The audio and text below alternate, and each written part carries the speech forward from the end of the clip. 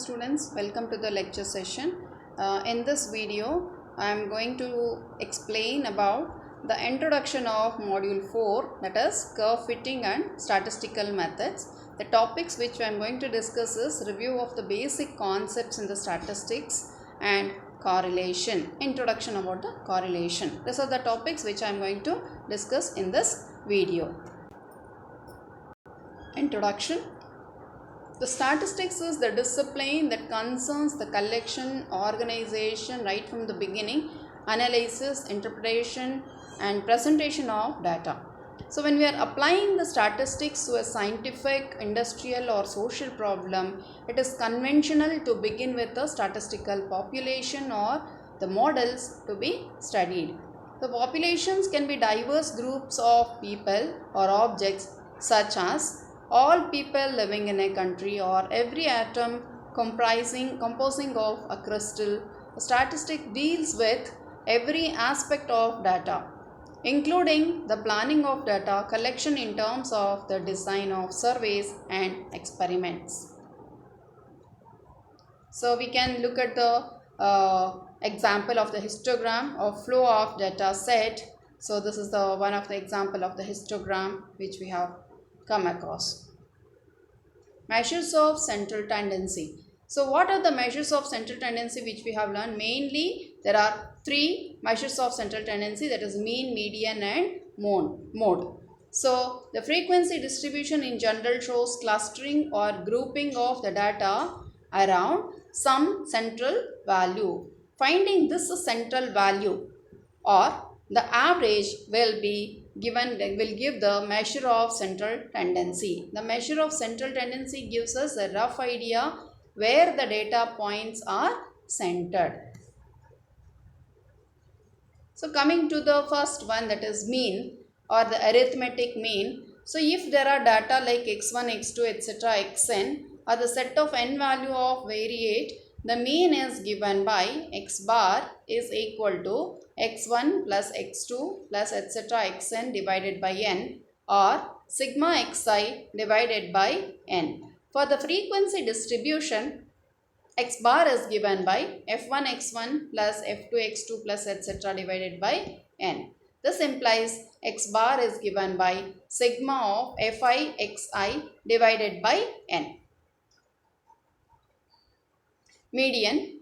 So what is the median? Median formula is given by L plus n by 2 minus c divided by f into h, where L stands for the lower limit of the median class and n stands for the total frequency and f is the width of the median class and the cumulative frequency up to the class preceding the median class, that is for c. This is the formula for the median. Next is the mode. So mode is defined as that value of the variable which occurs most frequently.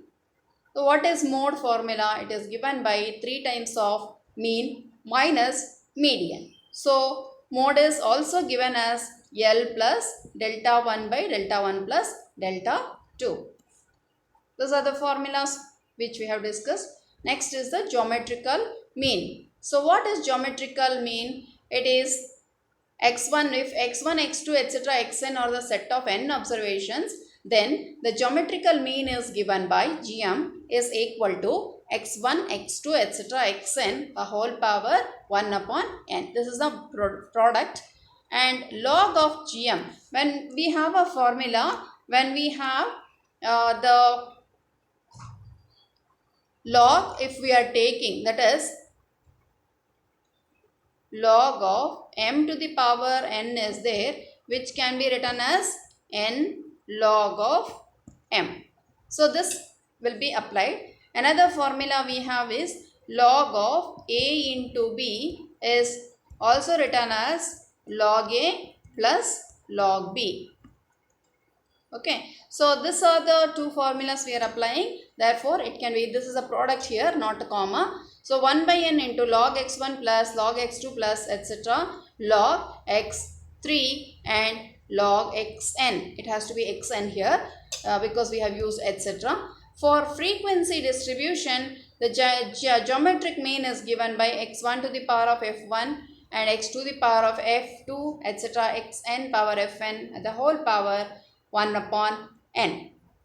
Next, the logarithm if we are taking it is 1 by n into f1 log x1 plus f2 log x2 etc. fn log xn. This is the geometric mean. Next comes the harmonic mean. So, if x1, x2 etc. are the set of n observations, then the harmonic mean is defined as the reciprocal of the arithmetic mean. That is 1 upon 1 by n into 1 by x1 plus 1 by x2 plus etc. 1 by xn.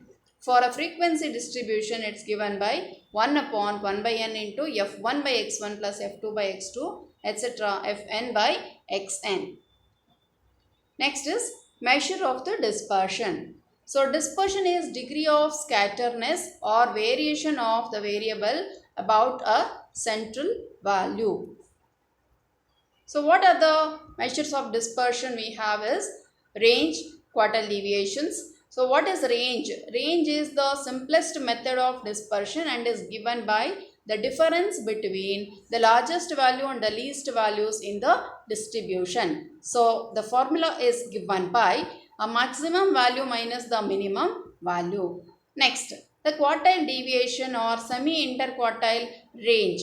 What is quartile? It is called as the dividing of the frequency into 4 equal parts. We know that quarter is 4 equal parts and taking one part of it. So, if a Q1 and Q3 are the first and the third quartiles, then Q is given by 1 by 2 times of Q3 minus of Q1.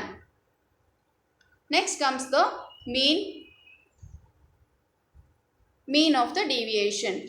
The mean of the deviation is the mean of the absolute difference of the values from the mean, median or mode.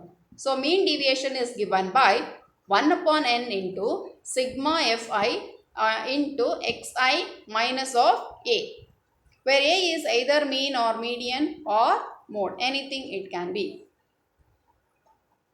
Next comes the standard deviation. The most important and the most powerful measure of dispersion is nothing but the standard deviation, which is given by the formula root of 1 by n sigma fi into x1 minus x bar the whole square, where n is the total frequency. Or the standard deviation, another formula is given by root of summation fi into di by n minus summation fi di by n the whole square. So, this is the another formula for the standard deviation. Next comes the variance. What is the variance? It's a square of the standard deviation is nothing but the variance, which we have already learnt. Next comes the important topic of this module, that is correlation. So, what is the correlation? If change in one variable affects a change in the other variable, the variables are said to be correlated. Then, what is correlation and how many types of correlation we have? Let us look into it. What are the types of correlation? There are two types of correlation, positive and negative. So, positive or negative correlation. So, what is a positive correlation? Let me explain with the diagram.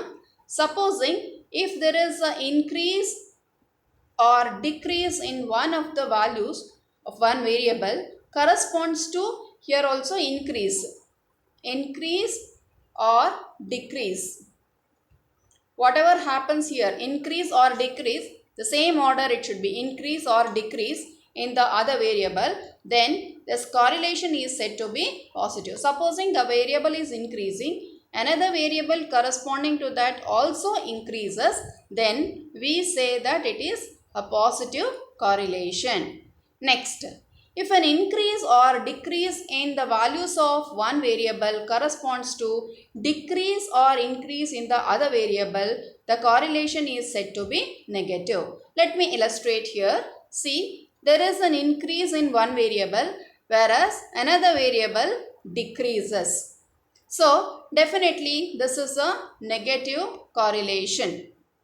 This is negative correlation, whereas this is positive. Both are increasing or both are decreasing, it is positive. If one is increasing, the other one is decreasing, then it is negative. So, when it comes to the other one, that is one variable is decreasing, the another variable is also decreasing. What does it mean? It is also positive correlation. Similar to this, one is increasing, the other one is also increasing, it is positive. So both are decreasing, then also it is positive. Whereas one is increasing, the other one is decreasing, it is negative.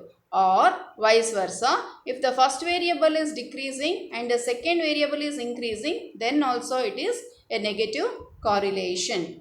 So the same thing has been explained here with the example. Supposing the height and weight if you are taking of a person and the yield of crops are positively correlated. Next, when we take increase in price of the commodity and a decrease in its demand is negative. Supposing the price of a particular commodity increases, definitely the demand will go down. Demand of the highly priced items will be less. So it will be a negative correlation between the price and the commodity.